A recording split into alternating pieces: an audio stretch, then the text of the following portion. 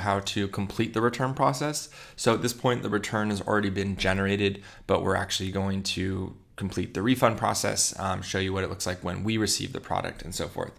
So once you log in here, you're going to be on your typical dashboard. You're going to go up to returns, click on all returns.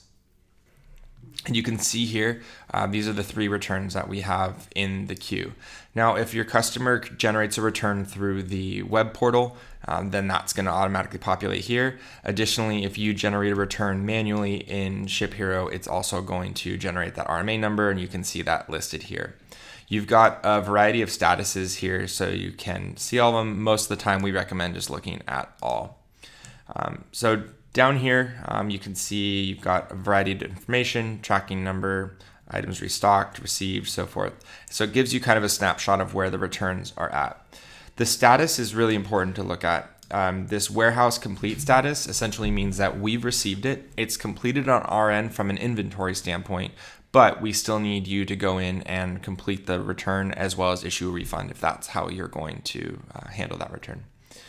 So most of the time, the ones that you'll be working on to complete are going to be warehouse complete. So let's click on this specific RMA.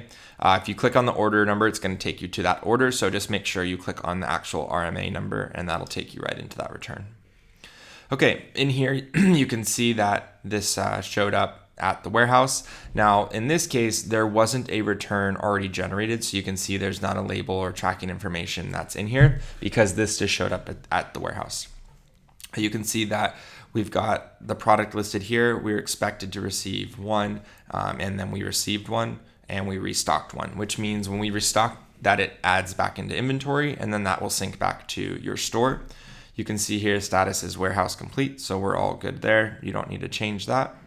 What you want to do now is a few things, but most of the time you're going to want to process a refund. So you can actually do that directly through ShipHero, assuming that you use one of the main Shopify payment type processors. If you use any of the third-party ones, most of the time those aren't going to work because the payment's actually taken outside of Shopify. 9 times out of 10, you should be able to process it in here. And again, if you have questions about that, let us know. We can always help out. So it allows you to kind of calculate all of this information here. The product cost, you can refund the original shipping cost, all that good stuff. You want to discount, restocking fees, so forth. Once you get your total here, then you can actually hit refund and it will process that refund with the customer and send that information back to Shopify, which is great. So you can do it all in one area. After you click refund, then you're going to click mark as complete, and that's going to close out the return and kind of complete the whole process of the return. Once you're good with that, the return is done, the refund is done, items are back in stock, and then you can go back to returns and move on to the next one.